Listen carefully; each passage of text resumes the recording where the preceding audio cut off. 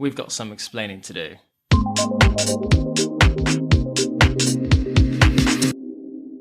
Welcome to episode 4 of Life Design Diaries.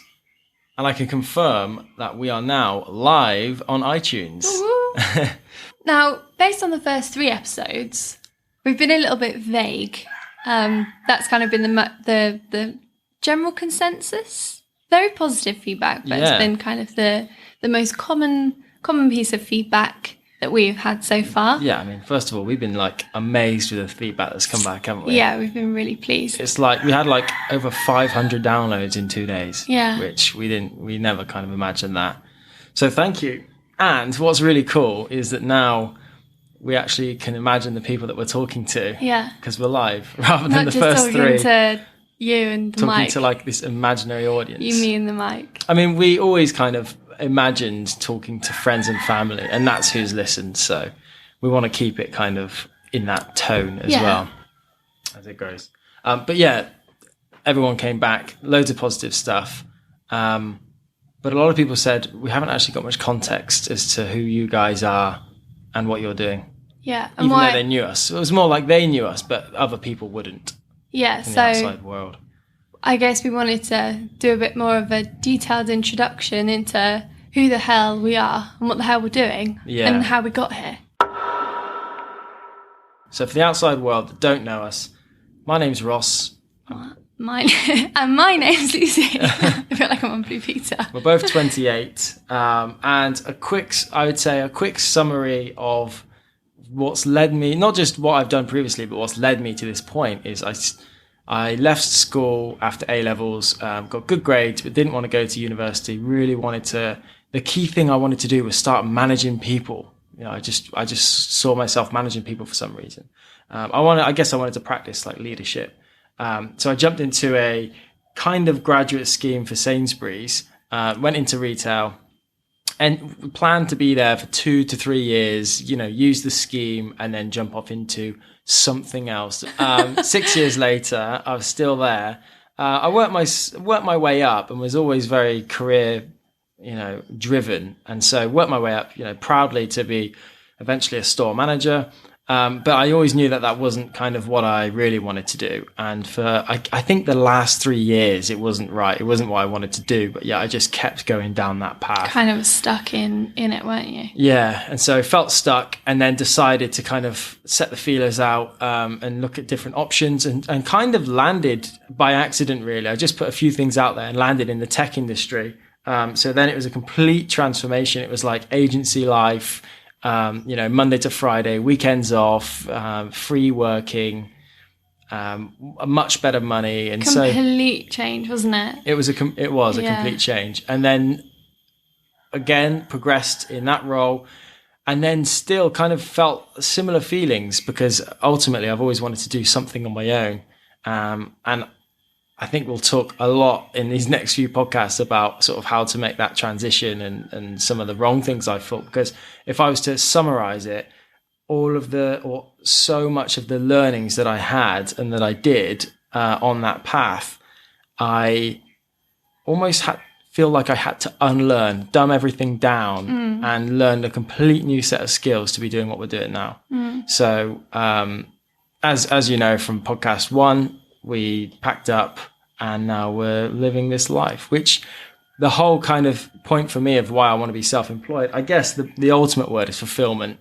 It's that sort of knowing that you've done it. And it's so, so cool that we managed to spark not just the great feedback that's come back already from this podcast, but what's amazed me is that we're here in Bali and there's people back home that are like having conversations, and it's thought-provoking. I've heard people that have said that they're driving as a couple and they've had to pause it a few times and really debate some of the topics we're talking about. And I've had people come back to me say, I totally relate to the issues that say you're going through. And it's like, I just think that's awesome that people are already talking.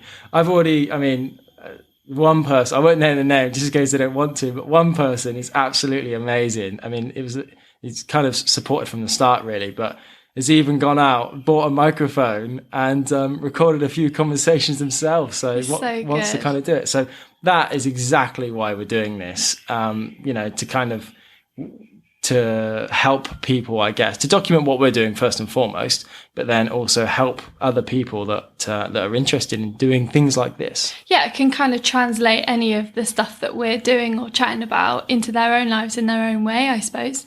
Because the vast majority of our friends are employed and are in incredible jobs. And, you know, being self-employed and travelling, it's a very niche, just our way of doing it. You can translate some of the way that we think and feel and some of the things that we've learned over the last 6 to 12 months predominantly into your career if you're employed. It's not necessarily this is wrong. This is definitely not everyone needs to be their own boss. No way. Yeah, no, not at all. So what's your introduction? Lucy, 28. I did exactly the same as Ross. Went to... you copied me. I might suggest it was the other way around. So I, again, did my A-levels, didn't get as good grades as Ross, not academic at all.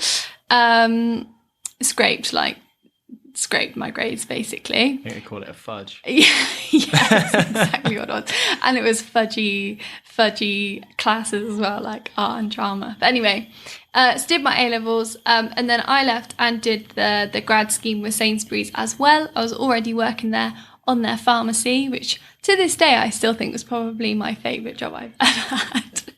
But I got out a lot quicker than Ross, so I passed the scheme and then was a customer service manager in my hometown at 21. Had like 60 people that I was managing, and I did it for about a year, and I just thought, do you know what, it's too bloody sensible. I still am very, very impressionable.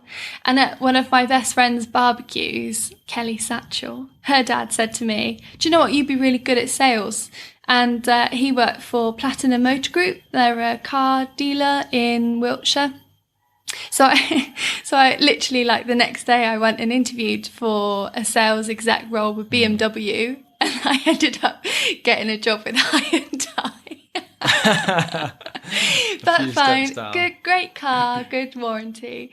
Warranty. Yeah, Are you still selling them now? Yeah, they have a good car. Gap insurance. It's gap insurance, yes, where you make your money, kids. Anyway, so went to work literally left Sainsbury's, left like a very, like a nice salary and a very sensible job to go. I cut my basic wage to half of what I was on, to go and sell these bloody cars. I was like one of the only women in the dealership, and I think that taught me so much about how to deal with men and how to use your charm to get what you want. And one of my favourite things was my desk was literally underneath the manufacturer's emblem that was on the wall. So everybody that entered the dealership thought I was, because I'm a woman, thought I was the secretary. So they'd come to me and say, can I speak to a salesman? So I would stand up and say, hi, my name's Lucy, I can help you. And then would go off and sell them the car, and had various incidents where I like fell over and split my skirt and then sold the most cars I'd ever sold that day. Stuff. Anyway, funny. So I did that for about a year. Then we moved to Manchester. And I got a job at an events company, cold calling, selling like event space for these awful, awful events. It was hideous. Managed to work there for about 5 months and then just quit because it was just hideous. And that was like a long-term job, being in that company for 5 months. And then I fell, again, a bit like you really, fell into digital. I remember phoning my friend Sam like, this recruiter's just phoned me and she's got a job at a computer company. It's a digital marketing agency. I had no idea what it was. And then was kind of like introduced to the world of agency and agency life. And then kind of have then stayed in that path ever since I joined Social Chain, which was like 20 people at the time. I literally cold called my way in the door and met Steve, their CEO, and literally fell in love with him and the agency within minutes of being there. Look at that squirrel. Oh, missed it. Fell in love with the agency. within minutes and walked out with Steve saying, write me a job description. So I literally wrote him a marketing director job description, bearing in mind I've been like a BDM selling marketing, not necessarily marketing myself. Yeah, so not a sales role, yeah. So, and I wanted to get out of sales, really. I think you get to a point where you just, when you're selling something else, I think you get to a point where you're like, oh God, selling my soul. So yeah, joined Social Chain, was there for about 2 years, learned more working there than I've done anywhere, and hold so much respect for the guys. And the company is now insane. Like, they've got, I don't even know how many offices now, and new people start every day. There must be about 300 of them working. They're absolutely killing it. So, and you left that? And I left that, yeah. So you're a marketing director, one of the directors, one on the kind of the very senior team. Yeah. Why did you leave that? I bet a lot of people might be thinking that. Yeah. So we got married in the June, and then at the beginning of the year, we went on holiday for Christmas, and I was caught up in like the success of Social Chain and everything that it taught me, and getting married, and that I'd started putting 6 stories out there, which are the bridal skirts and attire that we had been making onto Etsy, and I'd started seeing some traction, and I was literally spending an hour or so a day, not even that, doing it. And I just thought, it's time for me to see what I can do. And I just felt like it was the right time to get off of the Social Chain roundabout. And I was very, very worried that leaving, I would be terrified to like see anything that they were doing or have severe FOMO, because it is such a cool company to work for. But I don't. I just feel immensely proud of them and what they've gone off to do. And I feel that, I don't know, it just felt like the right time for me to move on.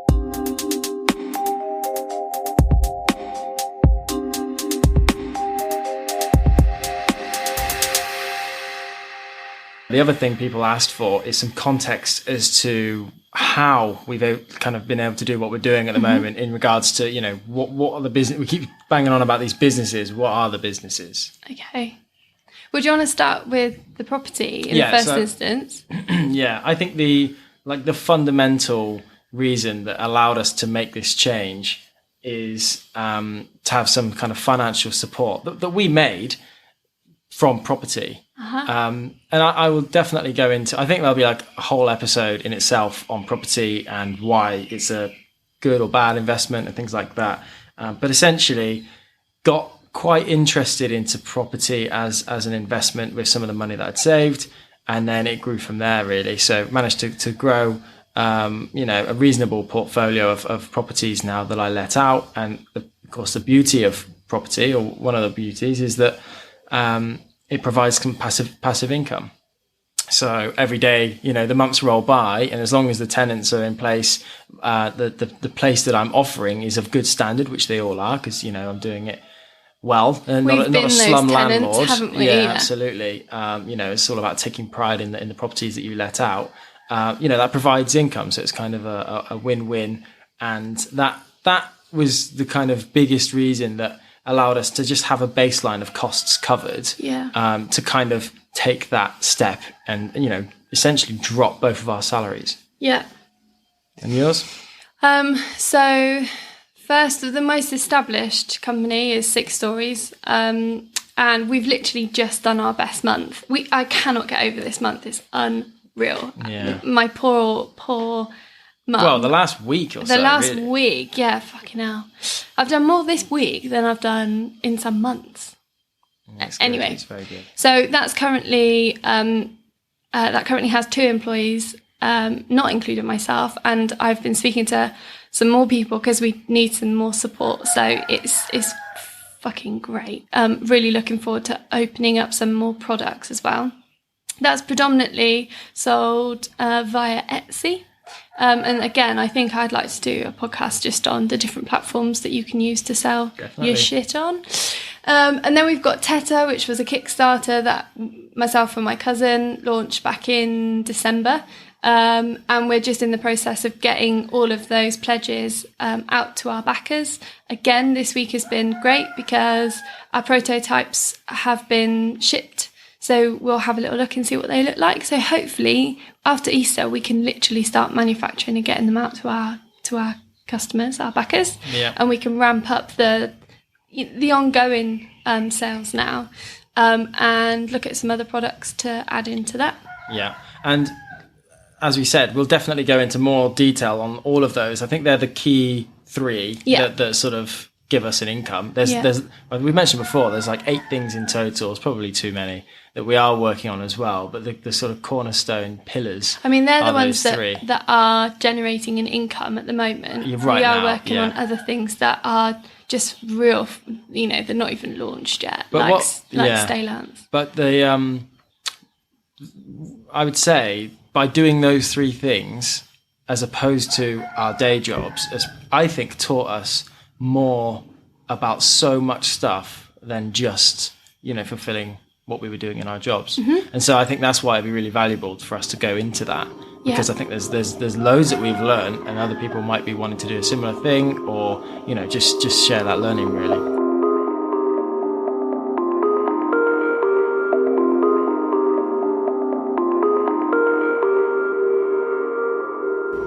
And Life Design Diaries. People have been asking us, what the hell is life design? Obviously, we're keeping a diary, so that makes sense. But it's definitely worth now in episode 4. We probably should have covered this in episode 1. Never mind. What is life design? We hadn't got the name in episode 1. No, I know. We put out so many different names. Do you know what? Coming up with a name was one of the hardest things, isn't it? Yeah, it was. We had some real terrible names. Some terrible names. Life Design Diaries. Let us know what you think. I think it's quite quick and short and catchy. Yeah.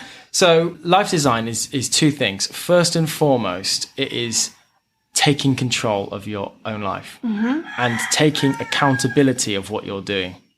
That to me is first and foremost. And the reason I say that is because from my experience personally and just seeing loads of other people, it's almost like we leave school, we jump into either uni or a job, and everyday life just passes you by so quickly. Time flies by. Everyone's so consumed with what they're doing. And it's almost like you could be 5, 10, 15, 20 years in before you've ever kind of stood back and said, is what I'm doing now exactly what I wanted to do? Have I designed where I am currently? Or have I just been taken to this path by external forces? As you walk around that, like when we talk about Sainsbury's, we went to one little trade, recruitment fair thing. And I just happened to, thinking about what I want to do after leaving school. And we just walked past that one stall and that one lady got our attention. Wow. And then that's it. Before you know it, it was 6 years down the line. I am working at Sainsbury's. So did I take control of that? Or was it just a circumstantial event which happened to me? And I would say the latter. I think, I kind of was happy to go in that direction. But the core principle of life design is taking a step back first and foremost and saying, am I in control of what I'm doing? And is this where I want to go? Mm-hmm. As I've gone into unis and spoke to some of the kids, and whenever I speak to people, I think from school, the advice is if you're good at something, you naturally look at what you're good at. Yeah. So if someone's good at art, the teacher's going to start saying you could be an artist. Yeah. But what I think is really, really missing is, what does a life as an artist look like? What does a life in retail look like? So if someone said to me, oh, you want to go into retail? Oh, that means giving up football every Saturday. It might sound really obvious now, but that was not positioned in my mind. What was positioned in mind was... that was something that you should do. Oh, it means doing a 2 till 10 shift on a Saturday night and not going out whilst you're 19. Oh, right, okay. It wasn't great. What does a life in digital marketing look like? What does a life as a doctor look like? What does a life, all of this stuff. It's like, what does the lifestyle behind the career look like? Mm-hmm. So it's taking control of what you're doing and understanding and thinking about that. Yeah. You know, and what's important to you and what you want to prioritize. Exactly. Because our very, very good friends, Nick and James, we lived really close to each other in Manchester. And every Saturday when Ross, or every Friday night, every Saturday, we would want to get together and do something. And it was like an ongoing joke that Ross had to go to work in his uniform. And then when you quit, it was like a completely new life, wasn't it, almost? It really was, yeah, because it was a complete career change. Yeah. You know, complete different work environment, working times, everything. So can you remember what it was that really, really made you change your mind? And yeah, I mean, it was years and years of, wanting to change. You know, I do think eventually if you want to change bad enough, you'll do it. Yeah. You know, I feel like, but the problem is I've gone through 3 to 4 years of, it was good experience, but I could have done it quicker. Yeah. So I kind of feel like there's probably loads of people now that are in that first year or second year of when they want to change, but they're still there. So how did you manage to step into your new career then? Because I imagine that a lot of Sainsbury's, certainly the people that I know, would find it very difficult to transition out of that career. To start thinking about what you want, what lifestyle you want. Yeah. So what and that comes down to like what's important to you. You know, what are you prepared to sacrifice? What do you like doing? And try loads of different things. So what did you actually do? I remember sending you the Prolific North. Yeah, I reached out to people. Yeah, but emailed people. Yeah, so I just went down a list of loads of different companies because I thought, okay, digital agency, that looks quite interesting. And then I applied and I got back and I, did well in the interview and got the job. But what I've learned since then is I probably wouldn't have even done that.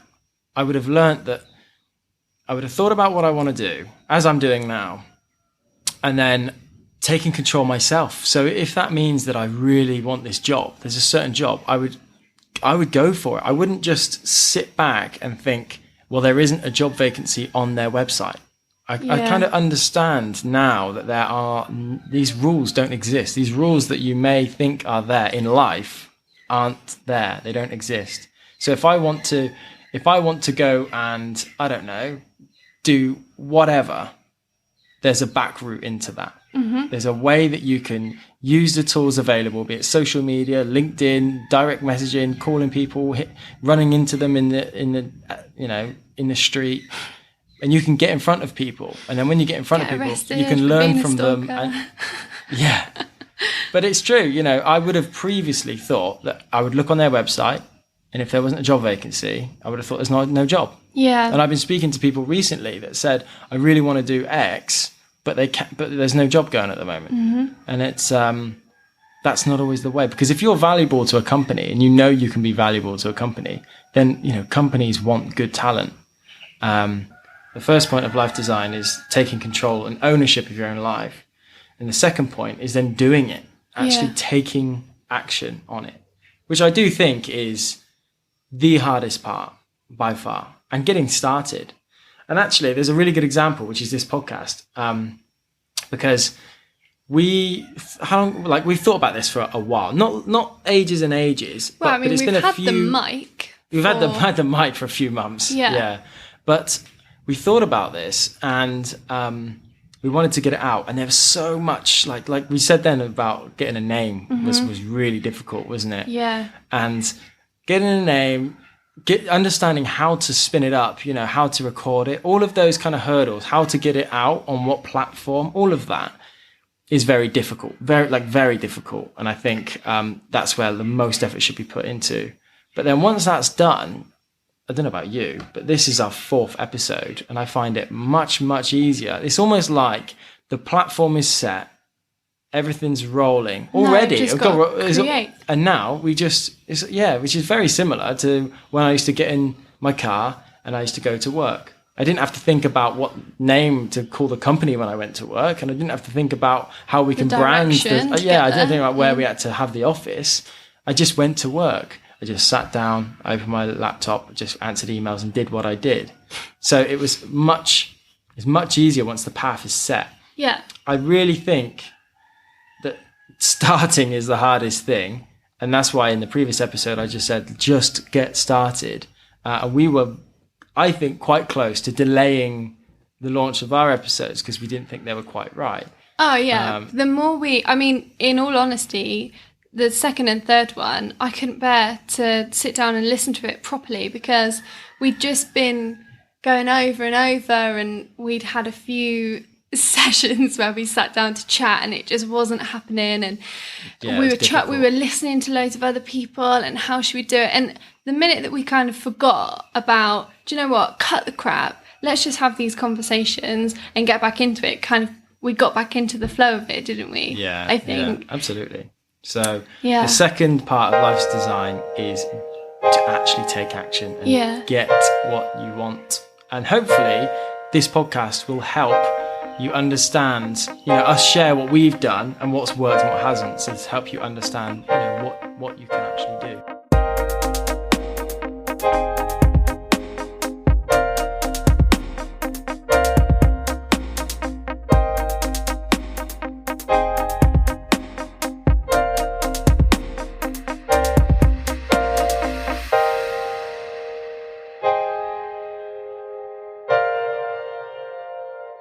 For those of you that aren't familiar with the iTunes podcast store, there's a section within there called New and Noteworthy. And from all of the research that we have gone through in the process of setting our little podcast up, we know the importance of getting your podcast into that section. Otherwise, it will just die a death, and then no one will ever see it outside of the parameters of my mum and your mum and my nan. So we currently have about 20 reviews? About that, yeah. About that.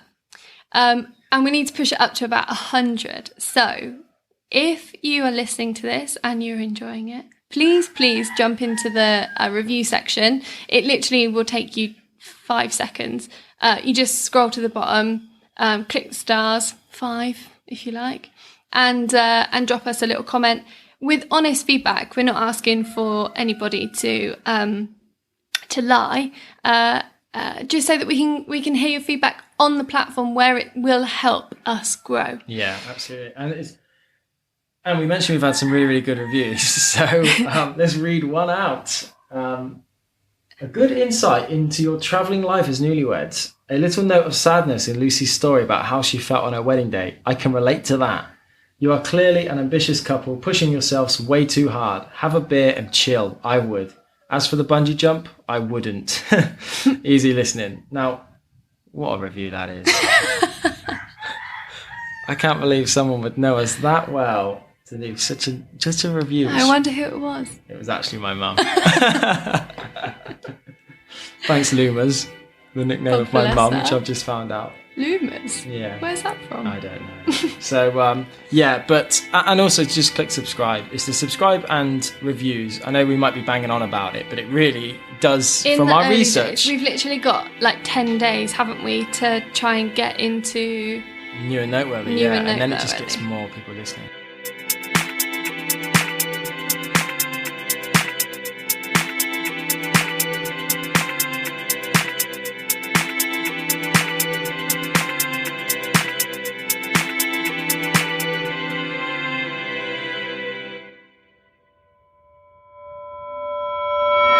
We're coming to the end of our time in Bali. We've got about 3 days left before we head out to Kuala Lumpur for a couple of days and then Hoi An.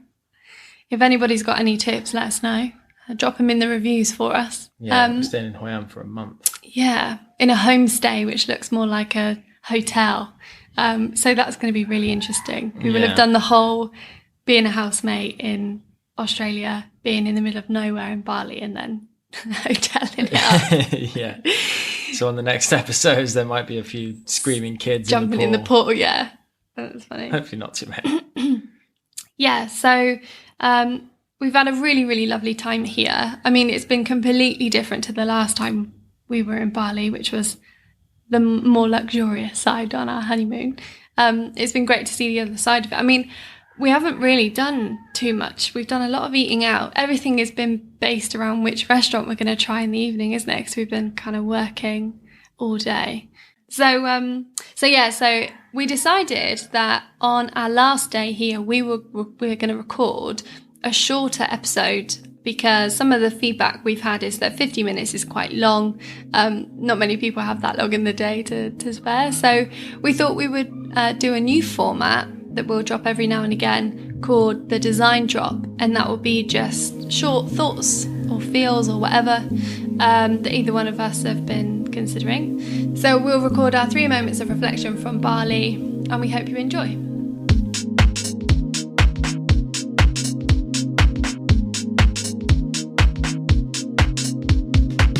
Thanks so much for listening. We hope you enjoyed this episode. Please keep your feedback coming in. We've loved hearing it so far. If you'd like to follow us visually, please jump over onto our Instagram. We give daily updates on our story, and we've got some really nice pictures of landscapes and things that we've been up to in our feed over the last couple of weeks. So once again, thanks so much for listening, and we'll see you next week.